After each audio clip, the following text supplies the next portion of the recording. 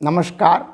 मैं professor S Narayan Raju YouTube channel में आप सबका मैं स्वागत करता हूँ।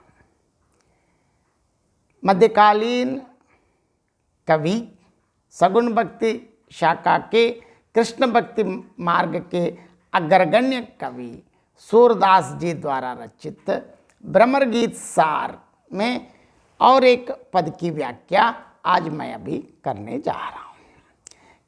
यह सर्वविदित है कि जब व्रज में उद्धव आने के बाद लगातार गोपियों के साथ गोपियां बार बार अपने श्री कृष्ण भक्ति से संबंधित प्रेम, कृष्ण की विभिन्न रासलीलाओं से संबंधित बातें कहने के बावजूद भी उद्धव निर्गुण निराकार पर ब्रह्मा की बात बार बार करते रहते हैं।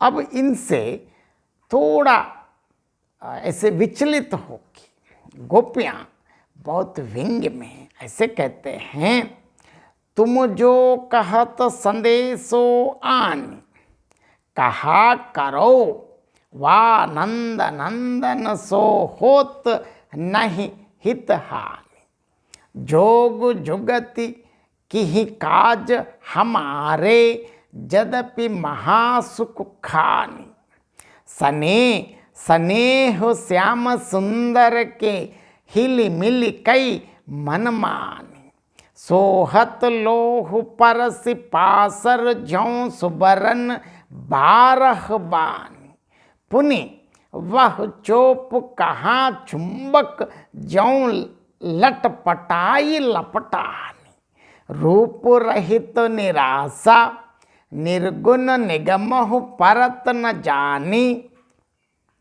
सूरज दास कौन विदितासों अब कीजई पहचानी। देखिए, इस पद के बारे में सूरदास क्या कहना चाहते हैं। सबसे पहले हम शब्दार्थ देखेंगे। आनी आकर, अन्य दूसरा, 12 बानी मतलब श्रेष्ठ सोना, चोप चिपकाना, आकर्षण, निगमहु मतलब वेद को भी इसका अर्थ है। अब इस पद के द्वारा सूरदास क्या कहना चाहते हैं गोपियों के माध्यम से। गोपियां कहती हैं, देखिए उद्धव से सीधा बता रहे हैं, तुम जो कहत संदेशो आनी मतलब दो संदेश आप बताने के लिए आए हैं।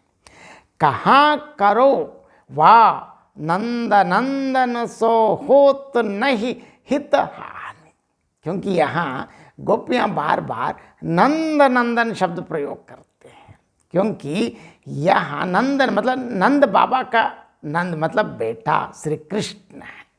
क्योंकि जो भी भगवान, इवन रामायण में भी हम देखते हैं, राम के बारे में ऐसे माना जाता है, राम कहने पर या अयोध्या राम, कौशल राम, सीता राम, इन सबसे ज़्यादा राम को अत्यंत प्रियतम है दशरथ सुत, दशरथ पुत्र कहने से राम जी बहुत प्रसन्न हो जाते थे। यहाँ तो कृष्ण तो वही हैं, इसीलिए गोपियाँ बार बार नंद नंदन सो मतलब तुम जो कहत संदेशो आनी कहा करो वाह नंद नंदन सो होत नहीं हित हानि। हे उद्धव, देखिए तुम जो संदेश अर्थात निर्गुण निराकार पर ब्रह्मा का जो संदेश हमें देते हो, वो तो कुछ दूसरी बात है।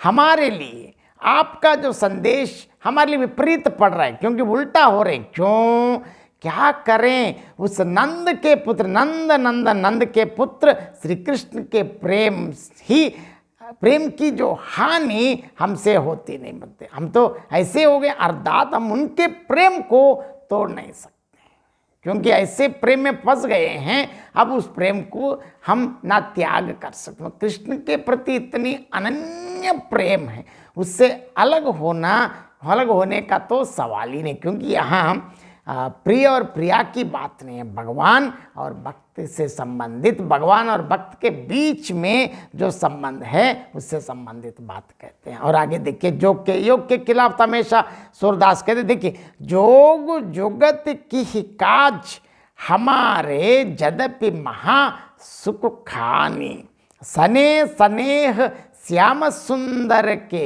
हिली मिली कई मन मान। देखिए, यहाँ यद्यपि ये कहते हैं, अर्थात योग की युक्ति महान सुखों की खानी है, परंतु वे योग की बातें हमारे किस काम की। आप बताते हैं कि योग से बहुत फायदे हैं, लेकिन हमारे लिए क्या फायदा है? क्योंकि अगर इसमें बताते हैं ना, जो गूंगे को मीठा देकर उसका स्वाद बताए तो कैसे बताते, तो बेकार, मतलब अनुभव ही कर। लेकिन आप इस प्रकार की बातें हमको मत बताना। क्यों? हम तो श्रीमन नारायण, श्री लक्ष्मी नारायण के अवतार नंद नंदन, मतलब नंद बाबा के पुत्र श्री कृष्ण के स्नेह में बंदी हुई हैं। हमारा मन उनके साथ क्रीड़ाएं करके उनके साथ बहुत अधिक हिल मिल गए हैं। कैसे हिल मिल गए हैं? देखिए, सने स्नेह श्याम सुंदर के हिली मिली कई मन माने। सूरदास के शब्दावली बहुत उदाहरण, मतलब ऐसे महान शब्दावली आगे बताते। देखिए, सोहत लोह परसी पासर जौं सुबरन 12 बानी, पुनि वह चोप कहाँ चुंबक जौं लटपटाए लपटानी। देखिए, जिस प्रकार लोहा पारस के स्पर्श के कारण 12 बाने, अर्थात मतलब श्रेष्ठ सोना बन जाता है। इसे कहते हैं कि एक पारस मणि नामक एक है। इसके बारे में बहुत कथाएं बताते हैं कि श्री कृष्ण के पास भी एक है और किसी के द्वारा उनको, मतलब बहुत पारस मणि से संबंधित अनेक कथाएं, मतलब जो पारस मणि के संसर्ग में जो भी जाता है लोहा, वो लोहा सीधा सोना बन जाता है। उसी प्रकार श्री कृष्ण के संसर्ग से हमारा मन हो गया है। जिस तरह चुंबक की ओर लोहा एकदम आकर्षित होकर उससे मिल जाता है, क्योंकि चुंबक, और हम सब जानते हैं लोहा और चुंबक, क्योंकि जैसे चुंबक है तो लोहा अपने आप चुंबक की ओर आकर्षित होना, ये तो साइंटिफिकली प्रूव्ड है। लेकिन हम कैसे हैं? हमारे लिए चुंबक कौन है? भगवान श्री कृष्ण है। क्योंकि ऐसे हो गए कि जिस प्रकार श्री कृष्ण के संसर्ग से हमारा मन कैसे हो गए हैं, जिस तरह चुंबक की ओर लोहा आकर्षित होकर उसके नज़दीक जाते हैं या मिल जाता है, उसी प्रकार श्री कृष्ण के बिना हमें वो चुंबक रूपी आकर्षण और कहाँ मिल जाता है, अब उसमें मिल जाए। क्योंकि आप बार बार निर्गुण निराकार परब्रह्म की बात कर रहे हैं, वो चुंबक नहीं, हमको आकर्षित नहीं कर रहे हैं। श्री कृष्ण तो हमारे लिए चुंबक हैं। हाँ, यहाँ गोपियों का उद्देश्य यह है कि हमें श्री कृष्ण के अलावा अब और कोई आकर्षण का स्थल दिखाई नहीं देता। देखिए, पुनि वह चोप कहाँ चुंबक जो लटपटाए लपटानी।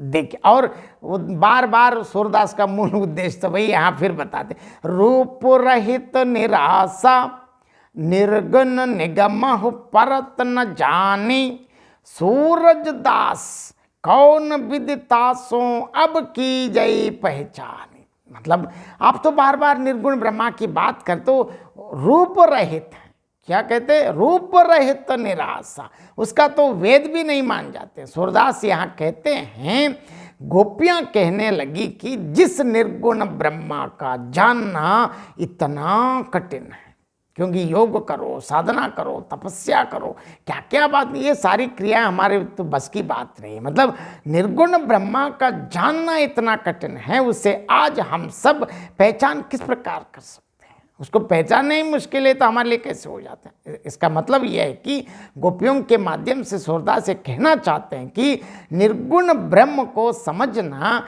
हमारे लिए अत्यंत कठिन कार्य है, इसलिए हम इस प्रकार निर्गुण की बातें मत कहना। और कहते हैं कि सूरदास देखिए, रूप रहित निराशा निर्गुण निगमहु परत न जानी, सूरज दास कौन विदितासो अब की जाई पहचान। हम तो पहचान ही नहीं पाएंगे, तो इस प्रकार की बातें हमारे सामने मत बताना। यहाँ इस पद के द्वारा और एक बार निर्गुण ब्रह्मा के खिलाफ सगुण साकार पर ब्रह्मा की श्रेष्ठता को और एक बार निरूपित किया है सूरदास जी ने। बहुत बहुत धन्यवाद।